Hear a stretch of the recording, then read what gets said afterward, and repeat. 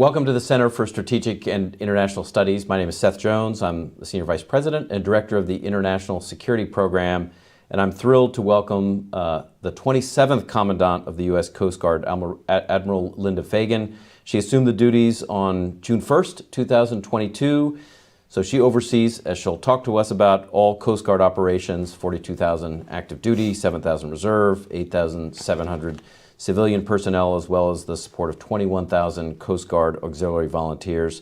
She previously served as the 32nd Vice Commandant, and she served on all 7 continents, from the snows of Ross Island, Antarctica, to the heart of Africa, Tokyo, Geneva, and a range of other locations. Welcome to CSIS. Thank you, Seth. It's really a privilege to be here, and thank you to CSIS for hosting me this morning. Great, and we had Admiral Pullen last week, so this is a true honor. I wanted to start off, I know you've done a bunch of travel recently. You've been to the Indo-Pacific, you've been to Norway recently. Yep. So starting with the Pacific, can you tell us a bit of the major takeaways, where you were, what you did, and the big takeaways from the trip? Yeah, no, thank you. In February, I had a chance to visit a number of our key partners and allies throughout the Pacific, American Samoa, New Zealand, Australia, Vanuatu, and one of my takeaways is that the appetite to partner with the United States Coast Guard could not be stronger. The demand signal is clearly there. We are a partner of choice as we, I think, do a particularly good job of meeting an island nation where they are with regard to what capacity they may or may not have and where we can contribute to increasing that capacity. Specifically, we had the Harriet Lane in Vanuatu. Just recently, we embarked several of the Vanuatu shipriders, and what that did was allow Vanuatu to exercise their own sovereignty in their exclusive economic zones. We boarded several Chinese fishing vessels. Violations were minor, but it was a demonstration of Vanuatu's sovereignty and authority to enforce their own fishing regulations. They had not previously done that for several years. We did it under a bilateral shiprider agreement, which we've got 12 of them in the region, and they've been particularly helpful, again, to helping us help nations as they look to enforce their own sovereignty and reinforce governance and rule of law in the region. Well, I think it would be helpful to take a step back for people to broadly know. I think people are aware of some of the activity you're involved in and around the U.S. homeland. Yep. But when you talk about areas like the Indo-Pacific, the Coast Guard may not always come to mind for most Americans. Right. So what are the broad activities you're doing in this area? Yeah, and so, certainly it's probably just good to orient the audience that, the Coast Guard is one of the military branches. We reside in the Department of Homeland Security. We're also a law enforcement agency and a regulatory agency, and we are all of those things simultaneously at all times. In the homeland, most people know us best for our search and rescue missions, but we do a lot of work safeguarding the marine transportation system. We're actively involved in Baltimore today as they work to remove the ship and recover that port activity. We mark aids to navigation. Specifically in the Pacific, though, our work, again, centers around bringing capacity to allies and partners. We have large ships that are operating in the region, our national security cutters, and they're operating under the operational and tactical control of the Indo-Pacific team. So what we do is aligned and done in concert and coordination with some of our DoD partners, which is great about being a military service as well. And really, the Coast Guard work in the region is around persistence, capacity building. Sometimes it involves the ship. Sometimes it involves a mobile training team where we take a small team of 2 or 3 people at the nation's request and help them, say, learn how to repair small outboards, or help them with their boarding tactics around illegal fishing, counter-narcotics, migration, and really coming to the nation where they are with regard to what capacity they may or may not need. The sweet spot for the Coast Guard really is in that competitive space, short of conflict, where we work to align with a nation and their interests in ways that are beneficial and helpful to them. As I reflect, though, on the Pacific, the United States is a Pacific nation. We've been operating in the Pacific for over 150 years. The Coast Guard has been in the Pacific for that amount of time. The Coast Guard has battle streamers for every one of the nation's wars and battles. And so the work that we continue now in the Pacific or with our Arctic Coast Guard nation partners is just aligned with activity that we've done for a number of years. And again, our goal is to be a partner of choice and helpful, not detrimental to our allies and partners. So in talking about the role of allies and partners and what you're doing with them, it is a contested space, as you mentioned. Some have termed this the gray zone, including our former colleague, Dr. Kathleen Hicks. Yep. So part of the question here is, can you talk a little bit about the contested space in the Indo-Pacific? I mean, in particular, I think most people are aware of Chinese activity, including the maritime militias. We've Yep. seen them. Harass Filipino ships Yep. and others. So what does the landscape look like, and how are you involved in competing in this landscape? Yeah, so the landscape for us looks like operating as a professional maritime force, as a professional military maritime force, consistent with rule of law and governance, and bringing that professionalism and demonstrating that all nations can operate in that space, consistent with the international rules-based order. Right? The goal is a free and open Indo-PACOM so that all nations with interest can continue to operate in that space. And so as we operate, we've had national security cutters to Taiwan Straits transit, consistent with international law.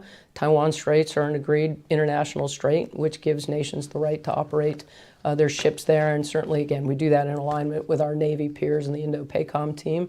But all of the operations that Coast Guard ships doing, whether it's the fast response cutters or the larger national security cutters, consistent with being mindful of a nation's sovereignty and doing it in a way that then helps them boost their own sovereignty and demonstrating that rule of law and good governance throughout the region, whether it's countering illegal fishing activity or counter-narcotics or migration, just demonstrating that the rule of law preserves that stability for all nations. I want to pick up on your point on illegal fishing, because one of the threats today that we see across the board on the fishing side is illegal, unreported, and unregulated fishing. Left unchecked, it certainly has some significant implications. China's been involved in predatory fishing practices. Can you talk a little bit more specifically about, for those IUU type of activities, what are you doing and how significant are they? Yeah, so the illegal, unregulated, unreported fishing is absolutely a problem throughout the Pacific, but it's a global problem. It is not unique to this region. About 2 years ago, the Coast Guard published an IUU fishing strategy document to help bring focus and alignment globally to the problem. It's theft of a nation's natural resources, and left unchecked, fishing stocks collapse, and nations who rely on fish protein begin to lose their ability to support their own populations from a protein source. And so helping partners create capacity to enforce their own fishing regulations are a big part of those 12 shipwrighter agreements that we've entered into. I talked about Harriet Lane and Vanuatu. We can look to Fiji, any other number of nations in the area where we've brought either a fast response cutter or Harriet Lane, which is so I should talk a little bit about Harriet Lane, Pacific support tender. She was home ported on the East Coast of the United States up until December of last year, where her home port was changed to Honolulu. And while Honolulu is still a long ways from places like Fiji and Vanuatu, it's certainly closer than the East Coast of the United States. And the intent is to create more persistence in the region so that as nations reach out and ask to partner with us, we've got a little more capacity to help focus on that. And our budget request, you can see in the 24 appropriation, includes 2 additional fast response cutters that will look to focus into the region, and our 25 budget request requests additional fast response cutters. We'd like to see another Pacific support tender. It's just a great model. We used it in the Caribbean in previous years. It's an operating model that we know works, and you can already see the benefit that the Harriet Lane's recent deployments provided to the region. But illegal fishing, global problem, is going to require bilateral, minilateral, multilateral approaches to get after it, and it starts with helping nations with their own capacity. So when it comes to IUU in the Pacific, in the Indo-Pacific, who are your primary partners you operate with in the region? I mean, we certainly have seen, even even with the Navy, increased activity, not just with the Japanese, the Koreans, the Australians, but also the British and some of our European allies. But from a Coast Guard perspective, who are your predominant? So yes, many of those same partners. We have a long, long relationship with the Japanese Coast Guard, Philippine Coast Guard, Korean Coast Guard, Malaysian Coast Guard, Indian Coast Guard. You know, you can just sort of walk around the Pacific. I was recently in Australia and New Zealand. But many of these nations, it's both a Coast Guard and sometimes a Navy relationship for the U.S. Coast Guard. Many of the world's navies function in a way that overlaps portfolio-wise with some of what we do as a U.S. Coast Guard. And so we're in this interesting space where sometimes we're partnering with an ally or partner Coast Guard, and sometimes it's with an ally or partner nation. The British Navy would be a great example. Great relationship with the First Sea Lord and the British Navy. While all of his portfolio does not line up with the U.S. Coast Guard portfolio, much of it does, and it's in this governance, rule of law, sovereignty kind of work. So just a fun fact for the viewers: RIMPAC, and this is going to be a RIMPAC summer, right? Largest at-sea exercise. We have, in previous years, been one of the only Coast Guards that participate with those 75-plus nation navies, and I think that highlights kind of that space that the United States Coast Guard operates in. Yeah, I wanted to shift gears if I can. There are a couple of issues you highlighted that we'll come back to, but I wanted to highlight, you're also back from Norway recently, yes, and the Arctic Coast Guard Forum. There's been a lot of activity in the Arctic right now. It's also a contested area. The Russians have 40-plus icebreakers. The Chinese, it appears, are working on increasing their own portfolio, more, including nuclear-powered ones as well. So can you tell us first the contested nature of the Arctic and why that's so, and then we can get into some of the specifics of your trip. Yeah, no, thanks. And we are an Arctic nation. Again, sometimes it's important to start with, hey, this is about U.S. sovereignty in the Arctic, certainly as it pertains to our exclusive economic zone off of the coast of Alaska. And partnering with our other like-minded Arctic nations is important, and hence the trip to Norway.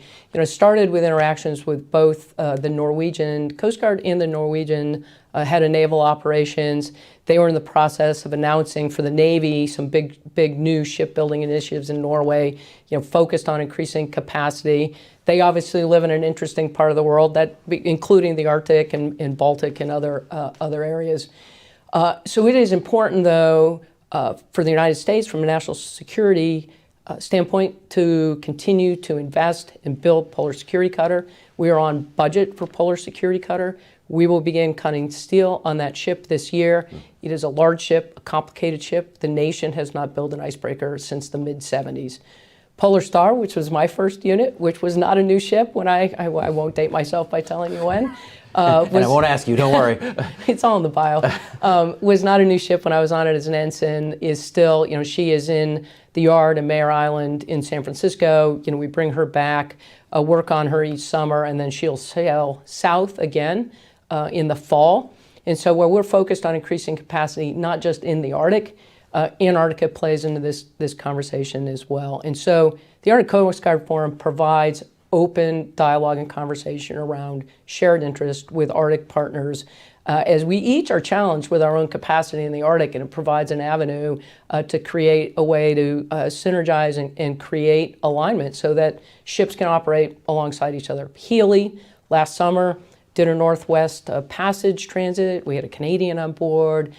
Danes, several other nationalities represented, did passing exercises with the Canadians, both in the Northwest Passage, and then as she came around and through the canal, we met the Canadians coming in the other direction. It just speaks to the strength of the partnership, and no one nation can do this alone, whether we're talking the Pacific or the Arctic. It really requires this aligned, focused interest, and that is the strength of why we keep talking about allies and partnerships, is it does provide for a competitive advantage.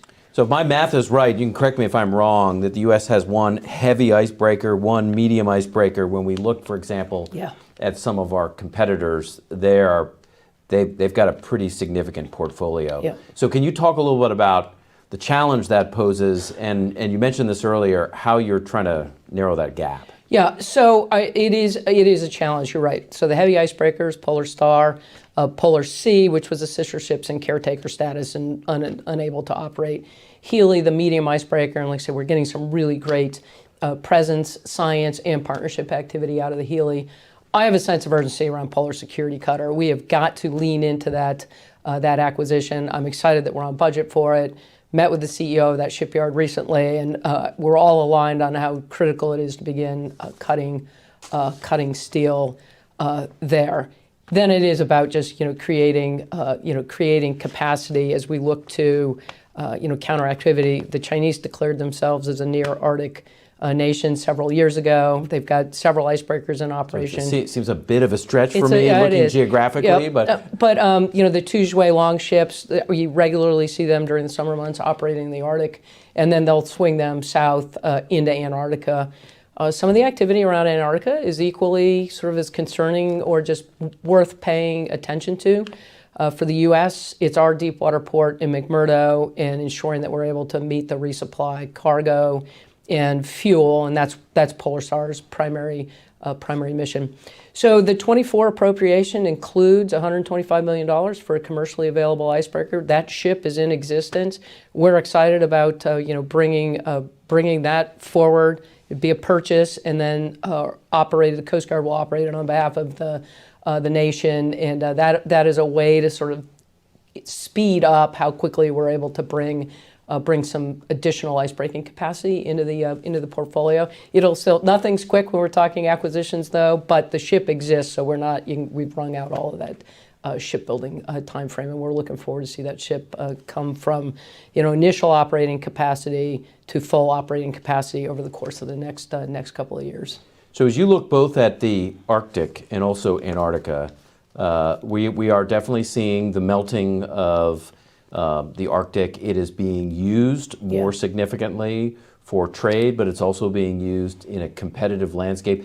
Can you just, for those watching, can you just sort of highlight what is, from even a climate perspective, what's changing right now as we look both north and south poles, and how that's impacted this landscape? Yeah, and so you can make this observation for both poles. The extent of ice, both capacity, how far it extends offshore and how thick it is continuing to shrink. And then what that is allowed is what's called the shoulder seasons. How early you can begin to operate and then how late you can stay has definitely stretched out. And what that has done is increased use patterns. So, in the Arctic and Northwest Passage, cruise ships, and there's an increased number of, because it's easier to access, there's less ice, it has increased the capacity for people to access it. The communities along the North Slope in Alaska are experiencing significant erosion and, sea state issues, and they'll tell you, my ice fence, the barrier that was the ice that prevented the sea from encroaching, just prevented other activities, is disappearing, earlier and not returning until later. And so it is definitely stressing some of those communities who rely on the sea for subsistence, hunting, subsistence, fishing. The other significant change pattern, we started by talking about IUU fishing, is fishing. The fish don't recognize our boundaries. They're following the sea temperature. And so many of the fish that thrive in cold water, you see them migrating further and further north, and then you see the fishing fleets responding. Obviously, they're following the fish, and that will challenge, so talk about enforcement, ensuring sovereignty, that will challenge all of the nations as we work to create presence to enforce sovereignty. And so whether it's the potential for a mass rescue operation with a large cruise ship or fisheries or the potential for an oil spill, those are all risks that are increasing as that sea ice recedes. So when we look at the Arctic, when we look at Antarctica, when we look at the Pacific and a range of other areas, you're talking about pretty significant maritime domains. One of the challenges, and we've heard the Secretary of the Navy talk about this, we've heard and we've had recently the Chief of Naval Operations, is our shipyard capacity. Shipyards are struggling. I have visited virtually every major U.S. shipyard in the last year or so. You've talked about the FRCs, for example, and the need to build and what you have.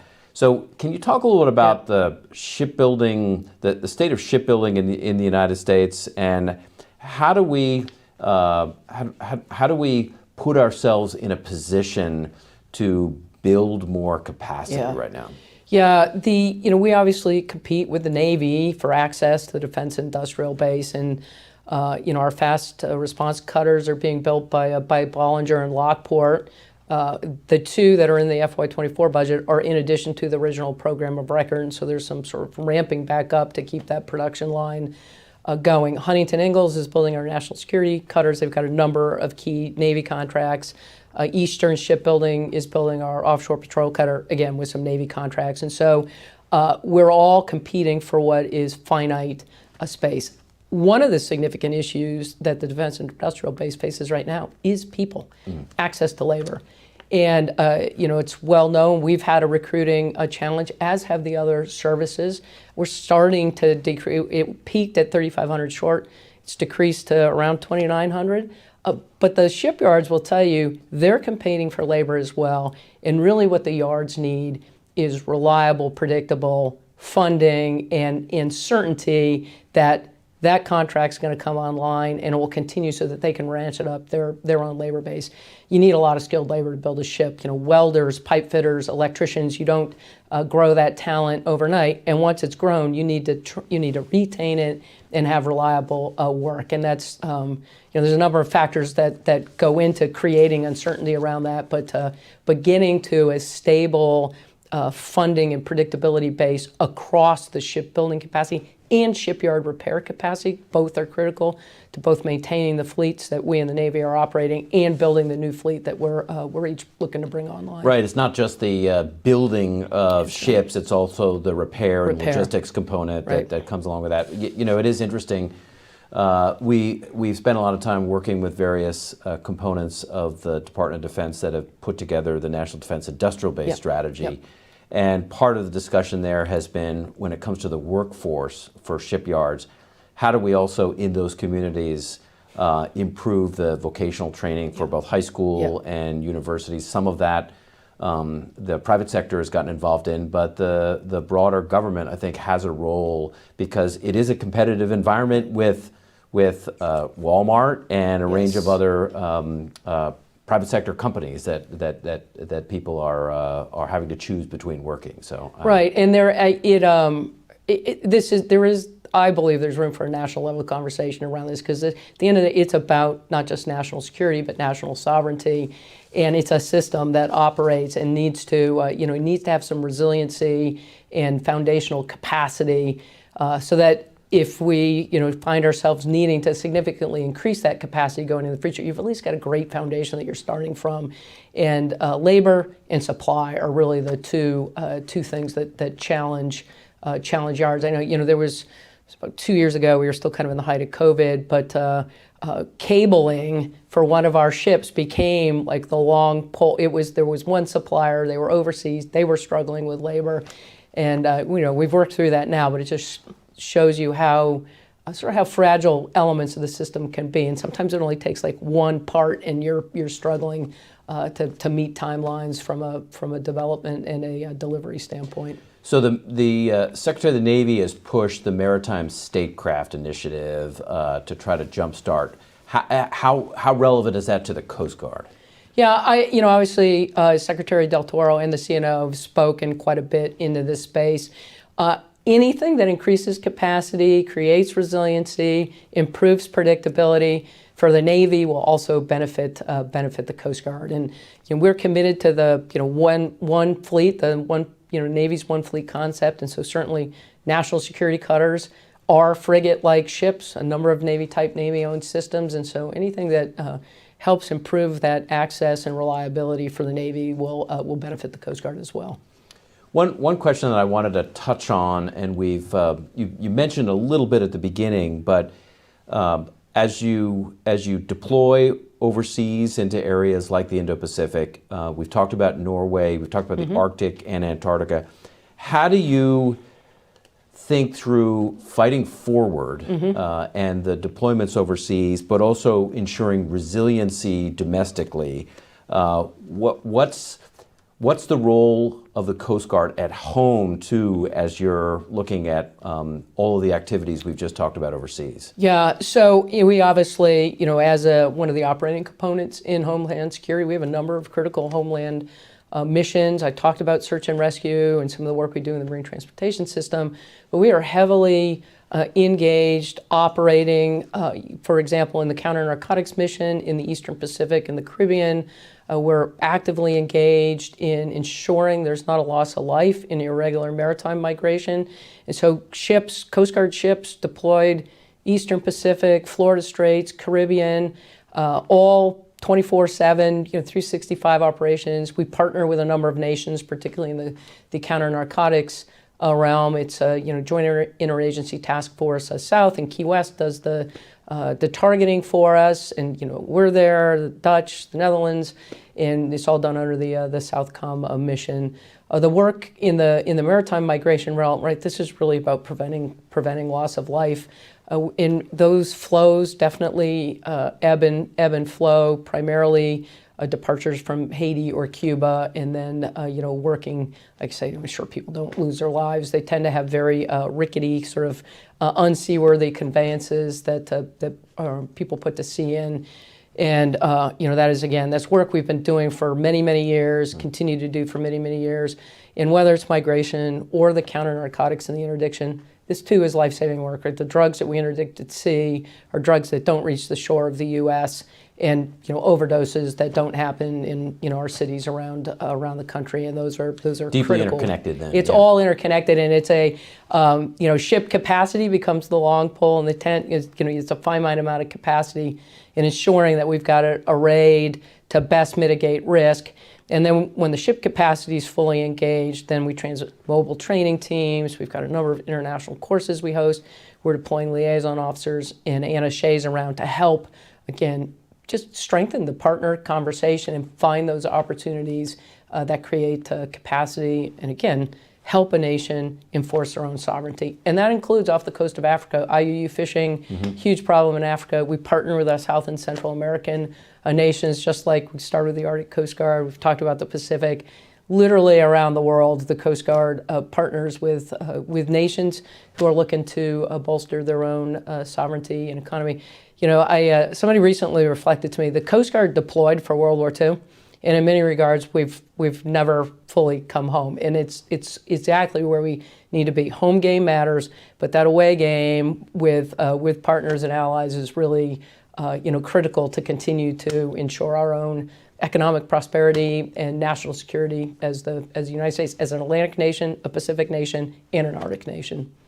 Last question for the younger generation that wants to serve the country. Make a pitch for the Coast Guard. There are lots of options: the Navy, the Army, the Marine Corps, the Air Force. There are local law enforcement agencies. Make a pitch for the Coast Guard. Hey, so start with, we're hiring. I would tell you there's no better value proposition than the United States Coast Guard. The sense of community, belonging, the skills that you'll acquire by joining the United States Coast Guard, second to none. Maybe biased. I think we're the best service. I actually would argue not only are we the world's best Coast Guard, I think we're the world's best military. If you've got any interest in joining the Coast Guard, go visit a recruiter, go knock on a local Coast Guard stations. The era of the Coast Guards is here. It's here to stay, and what you will gain from serving the United States Coast Guard is second to none. You won't find a better organization anywhere in the world. Well, Admiral Fagan, thank you so much for coming to CSIS. It's great to have you again, and we really appreciate all you're doing for the country, both in the away game, also in the home game. Yeah, thank you. Thank you for hosting me. Thanks, Seth. Great, thanks.